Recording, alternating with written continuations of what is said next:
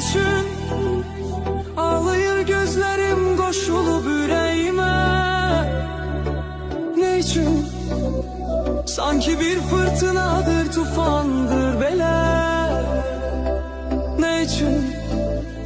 İçtiğim gözyaşım dağılır yere.